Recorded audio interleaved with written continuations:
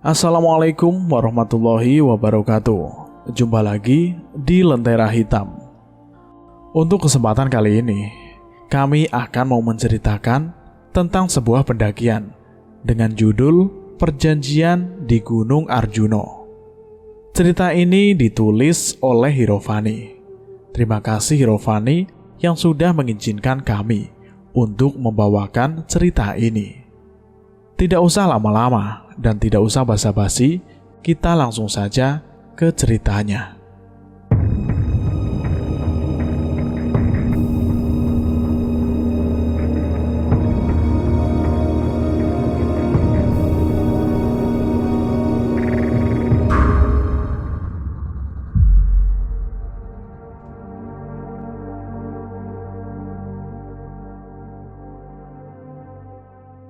Perjanjian di Gunung Arjuno.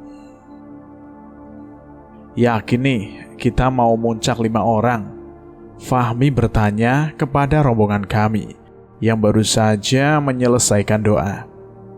Mi, baru saja kita selesai berdoa. Apalagi sih yang mau khawatirin? Galih menegur Fahmi yang tidak pernah berhenti bertanya.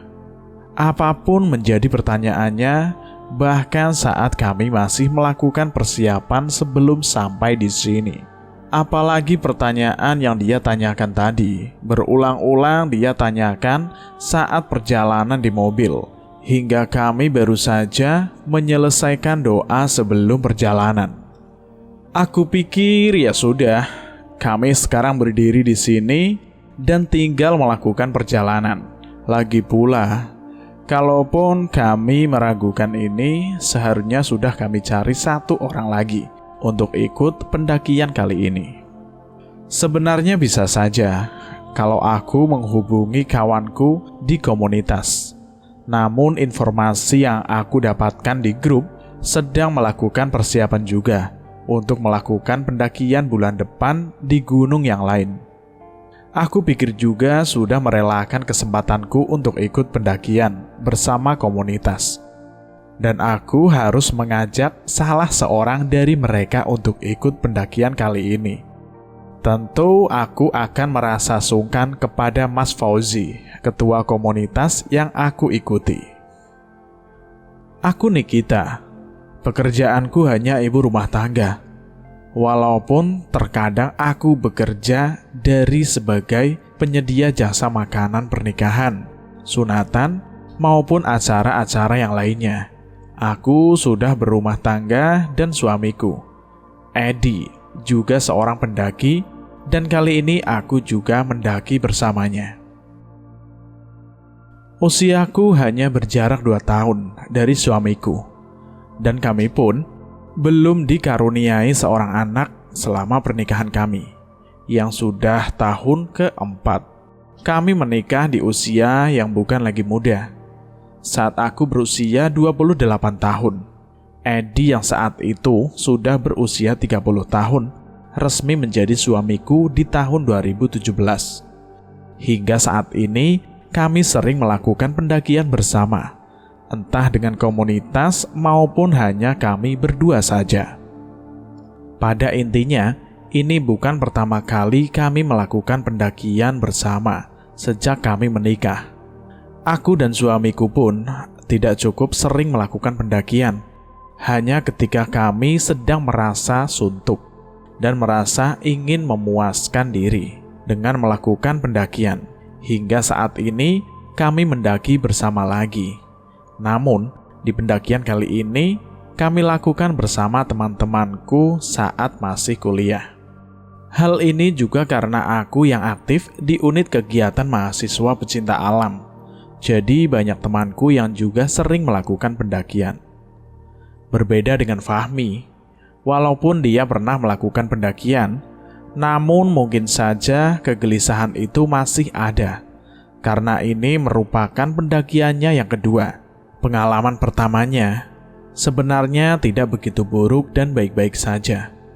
Namun hal ini menjadi wajar karena kami yang tahu sifatnya cukup penakut pada hal-hal yang berbau mistis. Saat ini kami akan melakukan pendakian di Gunung Arjuno. Jadi wajar kalau banyak yang dikhawatirkan Fahmi. Membaca, mendengar, maupun menonton dilakukan Fahmi agar dirinya mengenal medan yang akan menjadi jalur pendakiannya kali ini. Aku pun mengakui jika gunung ini memiliki mitos yang cukup kuat dari hal mistisnya. Namun wajar saja bagiku kalau gunung ini memang memiliki sejarah dari kisah kerajaan Majapahit dan Singosari. Dua kerajaan besar dan beribu kisah yang menjadi cerita warga sekitar mengenai Gunung Arjuna sebagai tempat bersejarah peninggalan kisah dua kerajaan itu. Pendakian kali ini aku bersama Fahmi, Rini, Anggi, dan Edi suamiku. Perjalanan yang sedang kami lalui untuk sampai di pos 1 Pet Bocor masih baik-baik saja. Dan lebih lagi, jalur yang kami lalui masih bertebing datar serta ringan hingga jika dalam waktu normal kami akan sampai di pos 1 hanya 30 menit saja. Anggi yang kami putuskan untuk berjalan di depan kami terlihat cukup santai di pendakian kali ini. Aku tidak ingin berpikiran hal yang tidak-tidak, dan itu hal yang aku usahakan agar perjalanan kali ini pun lancar-lancar saja. Namun, saat kami baru saja tiba di pos 1 Pet Bocor, Fahmi meminta kami berhenti. Anggi merasa kesal karena tingkah Fahmi yang dianggap dapat memperlambat pendakian ini. Fahmi yang berada di depanku pun membuatku serta suamiku yang berada tepat di belakangku berhenti. Rini yang berada di depan Fahmi pun sama, ikut menghentikan langkahnya. Apalagi Mi? Anggi sudah terlihat cukup kesal dengan tingkah Fahmi. Pos 1 cukup luas dan masih terbilang datar. Apalagi ini merupakan camping area yang biasa digunakan orang-orang, baik yang akan melakukan pendakian maupun hanya ingin berkemah. Jadi kalau kami akan beristirahat di sini pun tidak masalah. Barangkali juga dapat bertemu pendaki lain yang melakukan perjalanan ke depan bersama-sama. Suamiku yang melihat sikap Anggi ikut mendinginkan suasana sebelum Anggi benar-benar marah karena sikap Fahmi. Apa ada yang ketinggalan, Mi? Fahmi menoleh ke arah suamiku. Perasaan gak enak, Mas. Apalagi kita benar-benar akan muncak dengan jumlah ganjil kayak gini. Fahmi yang berada di depanku melihat ke arah suamiku, begitupun aku. Anggi rupanya agak tidak nyaman dengan segala hal yang diributkan Fahmi, hingga apa yang dikatakannya membuatku agak terkejut. Mi, mending kalau kamu memang gak niat untuk ikut, mending kamu turun dari sekarang. Apalagi kalau kata kamu itu, yang sebaiknya kita naik dengan jumlah genap. Buatku orang yang cocok buat kamu turun dan pulang cuma kamu. Anggi bersikap cukup kesut dan keras kepada Fahmi. Tapi menurutku, bukan seharusnya Anggi mengatakan hal semacam itu kepada Fahmi. Aku cukup tersinggung. Mengapa Anggi sampai harus mengatakan hal itu? Lagi-lagi, suamiku berusaha untuk menenangkan suasana itu. Sudah, mungkin itu hanya perasaan kamu saja, Mi. Kita tetap berdoa saja. Semoga hal yang kamu khawatirkan tidak benar terjadi.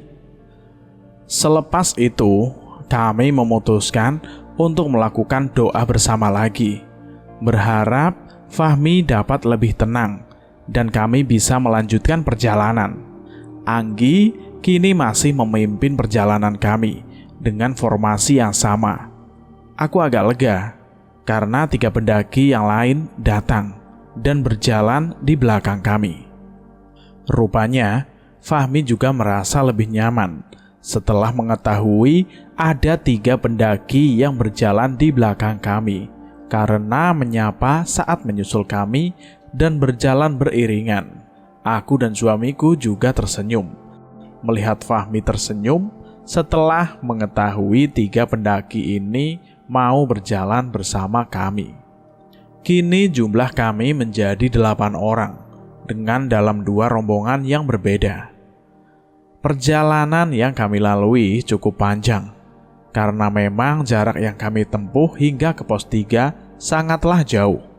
Saat ini kami sudah berada di pos 3 Pondokan, pukul 6 sore, dan kami masih melakukan diskusi karena jika kami memaksakan untuk sampai di puncak hari ini, akan cukup banyak resiko. Diskusi kali ini kembali sulit untuk menemukan kesepakatan. Aku juga melihat tingkah Fahmi mulai tidak nyaman. Hal ini juga karena teman seperjalanan kami, yaitu 3 pendaki yang berada di belakang kami sejak pos 1, memutuskan untuk istirahat sebentar di pos 2 Kokopan.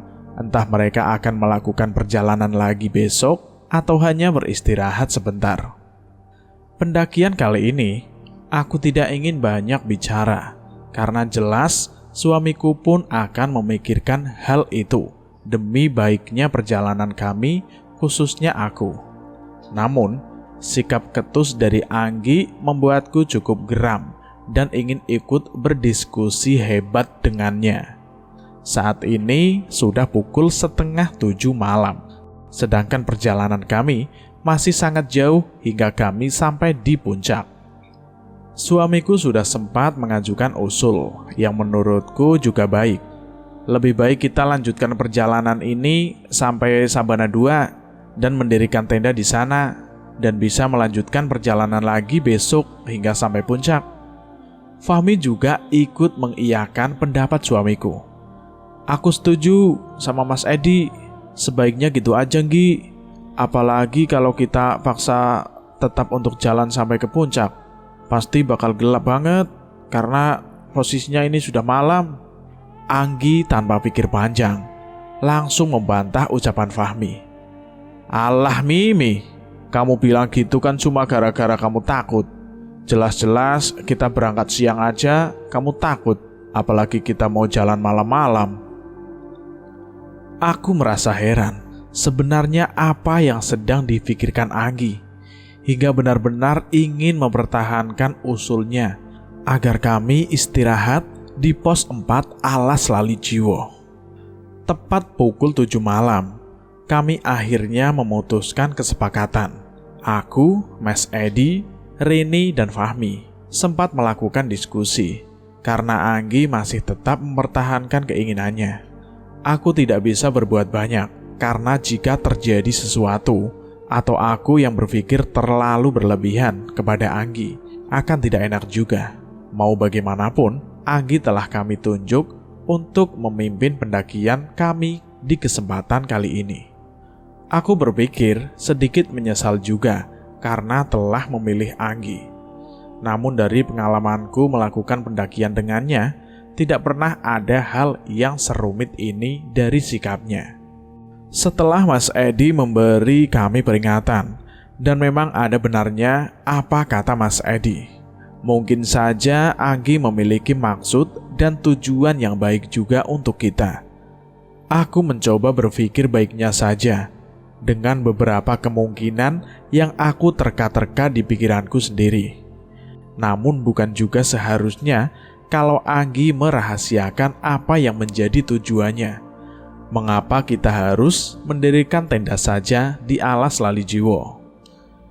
Kesepakatan yang kami putuskan harus kami terima dengan lapang dada, dan bagaimanapun keadaan yang akan kami lalui di depan menjadi tanggung jawab kami bersama.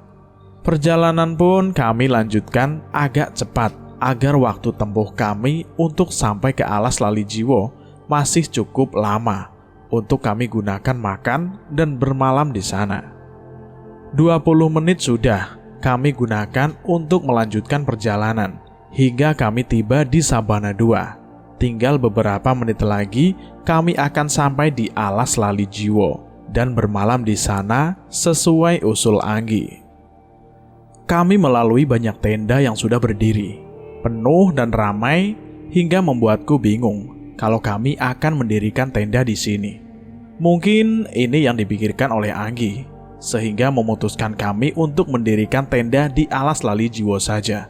Bahkan lebih baiknya di sana kita bisa mendirikan tenda dekat dengan pohon cemara agar terlindung dari goncangan angin Gunung Arjuno yang cukup kencang di malam ini. Udara yang kami rasakan begitu sangat dingin. Beberapa tenda yang didirikan di Sabana 2 pun beberapa sudah ditutup rapat. Mungkin juga karena cuaca yang cukup dingin, atau mungkin juga memang mereka sudah cukup lama di sini. Aku mengajukan usul kepada Anggi agar berhenti sejenak di sini untuk mengisi persediaan air kami masing-masing.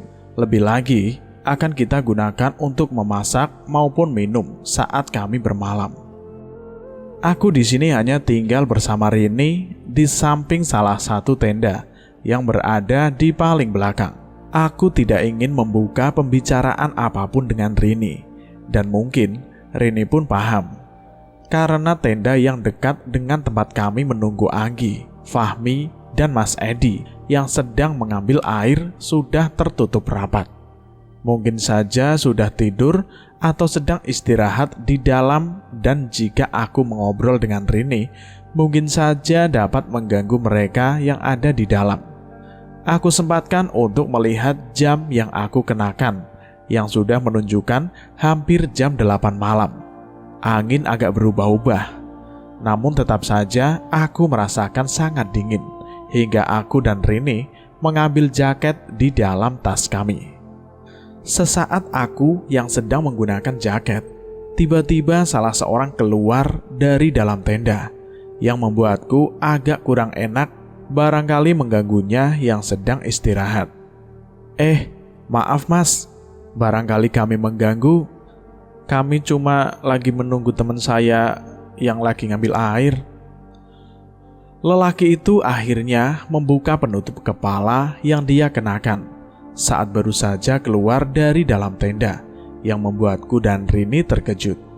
Dia dengan santai menjawab perkataanku.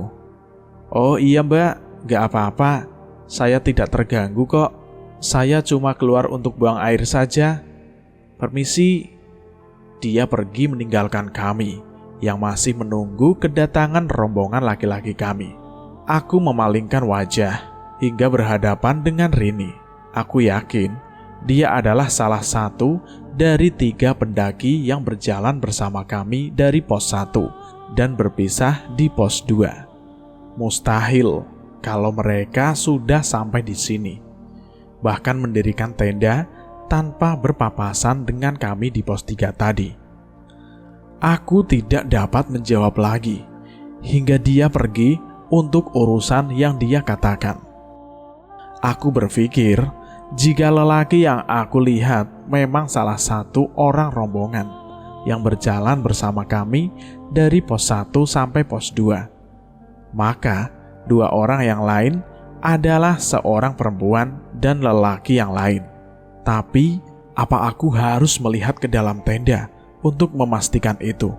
Tentu sangat tidak sopan, karena kami belum begitu mengenal dan baru berjumpa di pendakian kali ini. Lelaki itu pun kembali lebih cepat daripada rombongan lelaki kami. Aku benar-benar yakin kalau itu memang dia. Aku yang masih ingin memastikan kebenarannya dikejutkan dengan perkataan Rini kepada lelaki itu. "Maaf mas, bukannya mas yang tadi jalan bareng rombongan kita dari pos 1 dan pisah di pos 2 ya?" Aku memandang Rini, selayaknya memberikan kode. Mengapa Rini langsung mengatakan itu sebelum memastikan kebenarannya dulu? Namun, lelaki itu justru santai saja dan menjawab pertanyaan Rini. "Hah, mbak mungkin salah lihat.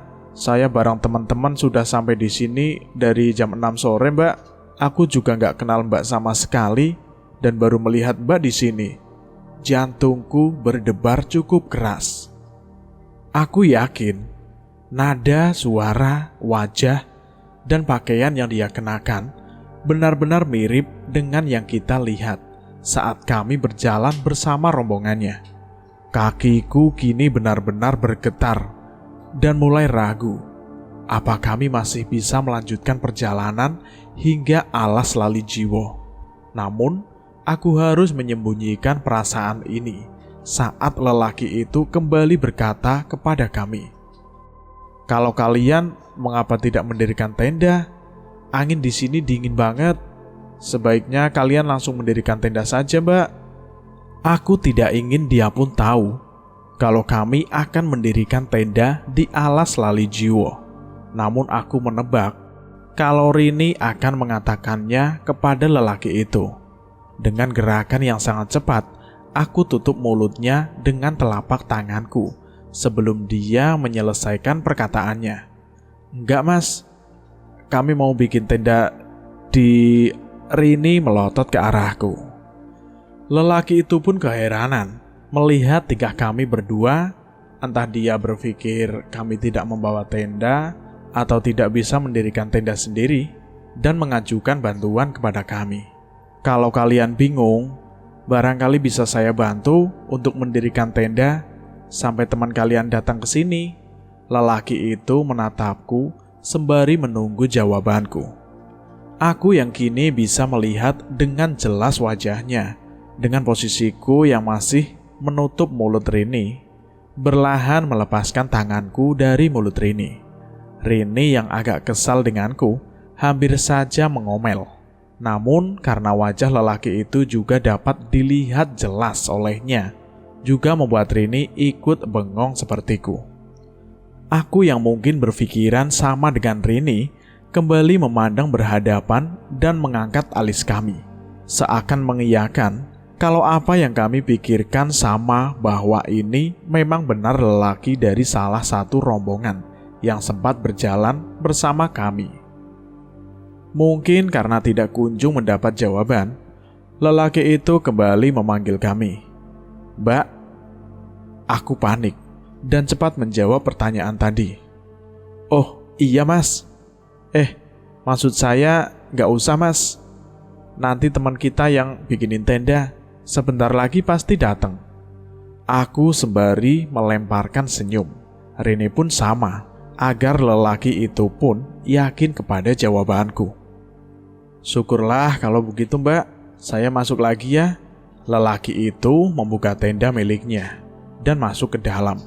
Namun dia kembali berkata kepada kami sebelum menutup tenda miliknya, "Oh iya, Mbak, sebaiknya secepatnya ya, Mbak.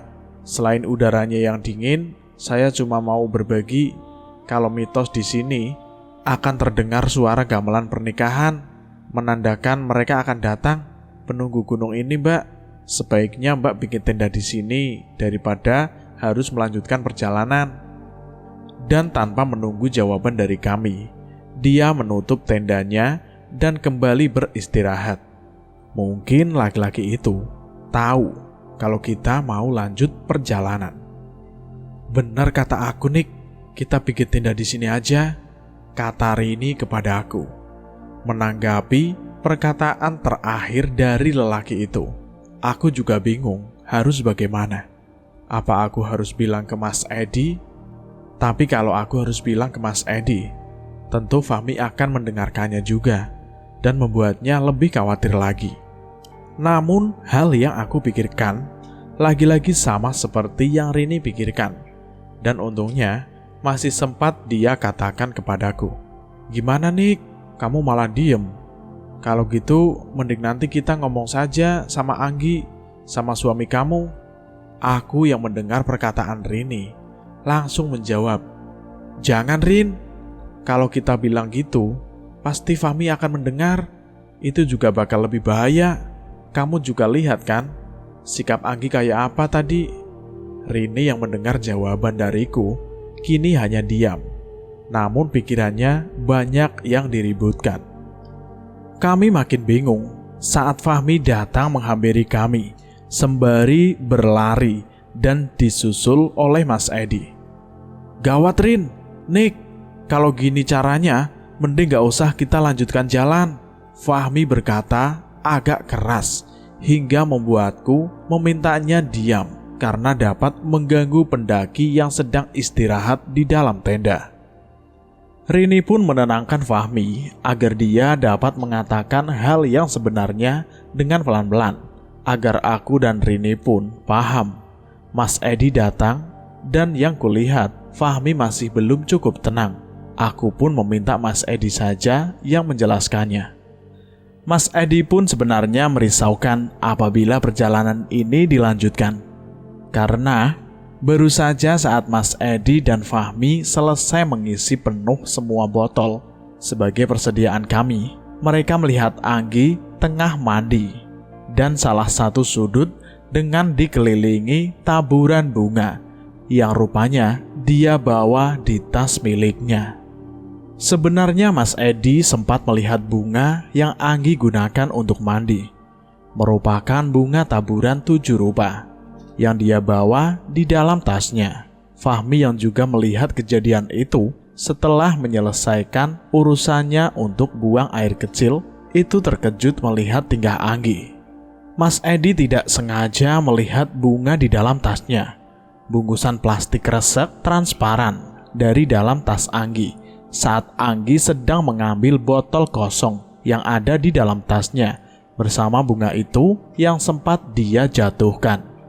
Mas Edi berusaha tidak memperhatikan itu. Namun pikirannya tidak lekas berhenti memikirkan bunga yang dibawa Anggi, sembari mengisi air untuk persediaan minum. Namun, Fahmi membuat Mas Edi terkejut saat Fahmi lari meninggalkannya. Mas Edi berusaha menyusul Fahmi agar tidak lebih dulu panik hingga diketahui aku dan Rini yang dapat menambah beban pikiran kami. Fahmi yang terlanjut menunjukkan sikap paniknya kepada aku dan Rini membuat Mas Edi merasa lebih baik terus terang kepada kami mengenai apa yang baru saja mereka lihat. Kami seperti mengulang diskusi yang kami lakukan saat masih di pos 3 Pondokan. Namun kali ini segala bentuk kejanggalan yang menjadi pertanyaan, khususnya aku, sudah mulai terjawab satu persatu. Satu hal yang menjadi perbedaan di sini hanyalah misteri yang belum aku ceritakan kepada Mas Edi dan Fahmi, lebih lagi kepada Anggi. Aku dan semua pun tidak akan memikirkan hal yang masih menjadi misteri buat aku dan Rini. Namun, kami harus memutuskan segera apakah kami akan melanjutkan perjalanan sesuai hasil yang kami putuskan di pos 3 atau tidak. Kami sengaja menjauh sedikit dari tenda yang ada di sampingku saat aku dan Rini sedang menunggu mereka agar tidak akan mengganggu mereka yang sedang beristirahat.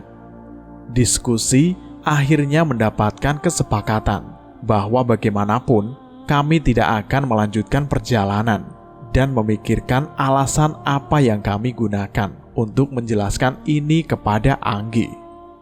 Sesaat kemudian, bau yang sangat harum tercium oleh hidung kami. Bau ini jelas kami kenal dan seperti makam yang baru dengan jenazah yang baru dimakamkan di dalamnya dan masih berbau sangat harum yang khas suasana pemakaman. Jika bau seperti ini tiba-tiba saja tercium, dapat berarti mungkin saja setan sedang berada di dekat kami. Seperti apa yang kita tahu, kalau bau yang tercium adalah bunga melati dan kenanga. Namun, yang berbeda dari bau yang kami kenal ini adalah situasi dan apa yang kami lihat. Anggi telah berdiri di dekat tenda, di mana aku dan Rini tadi menunggu mereka mengambil persediaan air untuk perjalanan rombongan kami. Aku masih tidak mengerti apa yang menjadi pikirannya maupun tindakannya. Cuaca yang begitu dingin hingga membuatku dan Rini mengenakan jaket cukup tebal. Namun Anggi justru mandi, bahkan menggunakan bunga 7 rupa yang dia sebar di air yang akan dia gunakan untuk mandi. Terlebih lagi, kini dia menghampiri setelah melihat kami sedang berdiri di seberangan hadapannya yang membuat kami melihatnya mengenakan satu setel pakaian yang didominasi berwarna merah. Jelas ini mengganggu kami, karena memang himbauan dari mitos yang berkembang di sini mengharuskan kami jangan sampai menggunakan pakaian yang dominan berwarna merah. Namun kali ini Anggi yang mungkin sengaja melakukannya. Aku berpikir dia bisa saja sengaja setelah mengetahui tingkahnya dari suamiku bahwa dia mandi dengan kembang 7 rupa. Gunung Arjuno bukan gunung yang sembarangan. Mitos di sini kuat dan bukan maksudku terlalu mempercayai hal ini daripada apa yang menjadi logika atau justru tidak percaya sama sekali. Aku hanya berpikir akan lebih baik kalau kita bisa menghargainya. Ini jelas bukan seperti Anggi yang aku kenal sejak aku aktif mendaki bersamanya di unit kegiatan mahasiswa pecinta alam. Mas Edi mendahului kami berbicara saat Anggi sampai di depan kami. Aku benar-benar terganggu dengan bau yang berasal dari tubuh Anggi. Anggi, aku percaya kalau ini pasti bukan pertama kalinya kamu mendaki di gunung ini kan? Tapi apa maksud tingkah laku kamu? Kamu pasti tahu kan? Pantangan buat para pendaki yang mau mendaki di gunung ini. Suamiku tegas dan jelas bertanya kepada Anggi. Anggi hanya tersenyum tanpa menghiraukan untuk menjawab pertanyaan Mas Edi dan dia hanya mengatakan, "Gimana? Kelihatan gagah kan aku?" ucap Anggi. Aku sudah muak dengan sikap Anggi dan sikap kerasku akhirnya muncul saat teman satu pendakian bersamaku sulit diberi pengertian. "Udah Gi, aku gak peduli apa maksud kamu, tapi malam ini kita bikin tenda di sini dan muncak besok saja. Sekarang aku yang mimpin pendakian kali ini." Aku yang geram terhadap sikap Anggi langsung meninggalkan begitu saja ke camping area untuk mendirikan tenda bersama pendaki yang lain di sini. Aku yang meninggalkan Anggi lebih dulu, diikuti oleh Rini dan Fahmi, yang pasti sudah tahu kalau aku sudah bersikap seperti tadi. Aku kini mendirikan tenda bersama Rini dan Fahmi, dan aku masih melihat Mas Edi bersama Anggi. Entah apa yang suamiku bicarakan dengannya. Aku tidak ingin memperhatikannya lagi. Aku serahkan Anggi kepada suamiku yang mungkin masih mengusahakan agar Anggi masih satu rombongan bersama kami. Aku dan Fahmi sudah selesai mendirikan 2 tenda untuk kami dan Rini. Kami tengah memasak makanan dan air hangat untuk kami nikmati sebelum kami tidur. Mas Edi akhirnya datang bersama Anggi. Namun, hanya Mas Edi yang menghampiriku. "Kamu jangan terlalu emosi lagi kayak tadi ya. Biar Mas nanti yang urus Anggi. Kita naik gunung ini bareng-bareng. Jadi apapun keputusannya juga harus bisa buat bareng-bareng. Termasuk kalau kita nanti gagal muncak." Aku menghentikan kegiatanku yang sedang mempersiapkan tempat istirahatku di dalam tenda karena ucapan Mas Edi dan memberikan tanganku. "Kenapa Mas bilang gitu?" Mas Edi kembali memberikan respon kepadaku. "Mas juga nggak tahu, tapi kalau lihat sikap Anggi, menurut Mas mending gagal muncak daripada Anggi makin jadi-jadi." Mas Edi memanduku, mengharapkan aku bisa mengerti kondisi saat ini.